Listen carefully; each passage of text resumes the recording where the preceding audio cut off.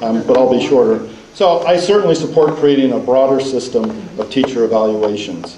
We must find and agree upon multiple fair measures to use on a consistent basis in order to determine effectiveness of all staff. A few years ago, I actually signed on behalf of the board a Race to the Top document saying we would at least try to start talking about this with our teachers. These criteria must take into account the different styles and types of professional education strategies and also the different styles of student learning, not just have a single focus. Using agreed upon criteria, all staff will need to be trained, coached, and evaluated in order to have the most effective teachers and staff for our children. AB 5 is a bureaucratic measure based on distrust of teachers. It's a smokescreen for adding additional layers of policies and redundant to policies for teachers' evaluations already in existence. It's built in. We have an evaluation system built in already. And No Child Left Behind, we have buku evaluations. And Measure A, we have buku evaluations built in. Okay, it's already in place. It is micromanaging a professional group of teachers who are already loyal to their profession and to the children they teach. This is a public insult to the teaching profession from a teacher. Thank you. Testing is a useful tool if there is feedback from the test to the teacher so that they can then use it to deal with the children's learning, what they have to relearn, what they have to reteach. Cookie cutter testing where a teacher is measured against other teachers regardless of the size of her class, regardless of whether he or she has children that come to school hungry, whether he or she has 20 children in the class who don't speak English when they enter, is just cookie cutter and wasteful. I think AB 5 attempts to address that, that by observation and feedback from the supervisor, the principal in this case, teachers grow and teachers learn. I also want to add, no fourth grade, the teacher at every single school knows who the good teachers are in that school. Every fourth grade teacher knows who they would like to have, which class they would like to inherit from which third grade teacher.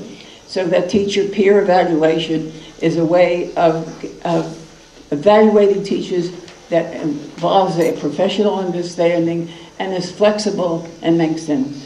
Thank you. Okay, I actually want to respond to a few of the comments on the prior question real quick. I actually brought this book because it shows the $92 million in repairs to all of our schools. That is an issue in regards to how we're going to be able to fund those repairs. It's very thick. Every school has repairs, significant repairs. A comment was made in regards to the furlough days that our superintendent took. And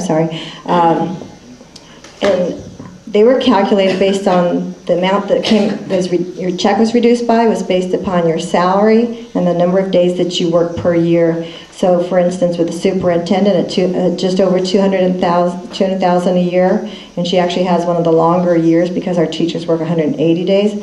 When they did the math, the amount that her check was reduced by would have been less as a percentage than our teachers that work the 180 days, or our secretaries, our staff that actually work, our paraprofessionals, very low pay, 15,000 or whatnot. So when you did the math, it actually hit our lowest paid the most, which caused this disharmony. That was one of the reasons, adding to the disharmony. We had the furlough days, we had the raise, now we have the district offices. Another thing I did want to respond to was PTA Council President. I was sitting there with our former Superintendent Nishino, with our teachers, did it for 2 years, and I invited Earl Vard, who was our PTA Council President, AEA at the time, to start this, and I'm happy that Mr. Lynch has continued this. It's wonderful to have everyone at the table with us. And in regards to this issue, we currently have something very similar right here in Alameda, the AB5. We have different criteria already. We work with our unions, we do the evaluations. This would bring it to the state level. The key thing for parents, I think, is really if you're looking at growth that it happens in a classroom as opposed to just raw data. And that's one of the reasons that was a concern. Arnie Duncan didn't like the proposal. It didn't satisfy Barack Obama. Thank you. Okay, on AB 5, one of the key concerns that you have as far as on it, and it does bring up some good points. It's difficult to evaluate a teacher most exclusively on test scores because there's other factors that are involved, as we all are aware. Language barriers, problems at home, neighborhoods, lots of different things. So having different criteria to evaluate them is a wise decision. Where I have a problem with AB 5 is the state is allocated $450 million for the districts to take the load. And I look at it that, man, everybody goes, man, 450 million bucks, that's a lot of dollars. A lot of dollars. Should be able to do it for that? Not necessarily. I would again like to evaluate that, find out what our school district would get of this monies.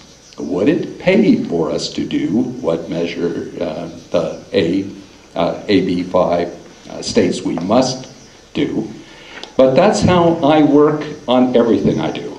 I'm going to ask questions. I'm going to find out what's right about this, what's wrong about this, what doesn't make sense. That's something that our politicians aren't doing for the most part, and for the most part our school board's not doing either. We have to evaluate it. It's their responsibility, the school board's responsibility, to ask the question. They are representing you as the people, okay? You also have a responsibility to ask the board members, what's going on? What are you doing for us?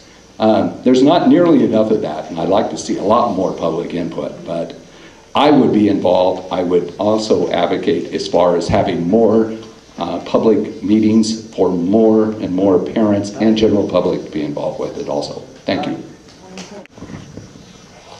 I was a principal for 10 years and a mentor teacher for about 7 years, and also a district BISA coordinator in providing new teachers with mentors and support. I believe that teachers should receive meaningful feedback and as well as support. Presently, the teacher's evaluation is based on the California standards. I believe other measures such as classroom observations and peer review add to the teacher's skill.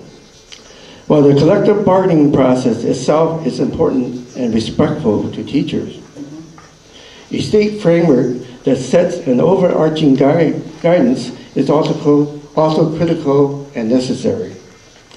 I would support any vision to be adopted in Alameda.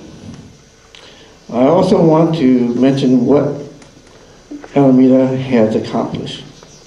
The district state STAR testing results remain high for 3 years in a row. The ELD student exceeded all the state and federal standards for 3 years in a row. Lincoln Middle School, Lum School, and Earhart School were designated as distinguished schools by the state. We continue to support our teachers, and good teaching is happening. Thank you. Coming back to AB 5, I already talked a little bit about AB 5. I was in support of AB 5 since, like I said, I met Assemblyman Fuentes back in March. But I think there's something real important. AB 5 was supported by the California Teacher Association. The reason why they supported it was very simple. It gave 18 different criteria that teachers could be evaluated on. And those 18 criteria would be determined in a collective bargaining agreement with the teachers, completely replacing the Stoll Act that currently evaluates teachers. This was fair, this was good. The $450 million that was talked about was to pay for trained evaluators in every district so that every teacher could be evaluated equivalently. Right now, it's up to their principals to do the evaluations, which could be different from school to school, but it's to train evaluators. The cost to implement within this school district, and I really would encourage that we do this, whether this passes or not, would probably be about $200,000 to $250,000. It is not it's not a lot of money for this district across California because of so much, 450. That was one of the things that killed it. The other thing, and I mentioned earlier, the thing that killed it was the LA Unified School District and other school districts who said, you can't tell us how to evaluate teachers. We are going to do our own evaluations. And it was school districts that killed this bill more than anybody. This is a good bill. I think we can take the spirit of it. It's already approved supported by the California Teachers Association. I think we can take it.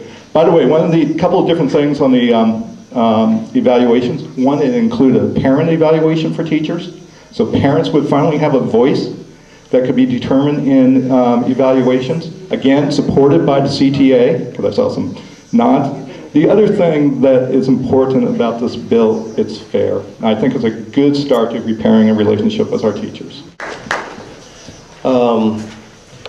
One thing that I really appreciate, having had the experience in working in so many places, and many times as an HR professional, is that I had to develop an awful lot of performance evaluation systems in a lot of different industries, both private sector practice and public sector practice. And so I can tell you from experience that every school district is not the same as us. We use different educational strategies. The expectations from the community, the parents, the children are different than LA's or San Francisco's or Oakland's.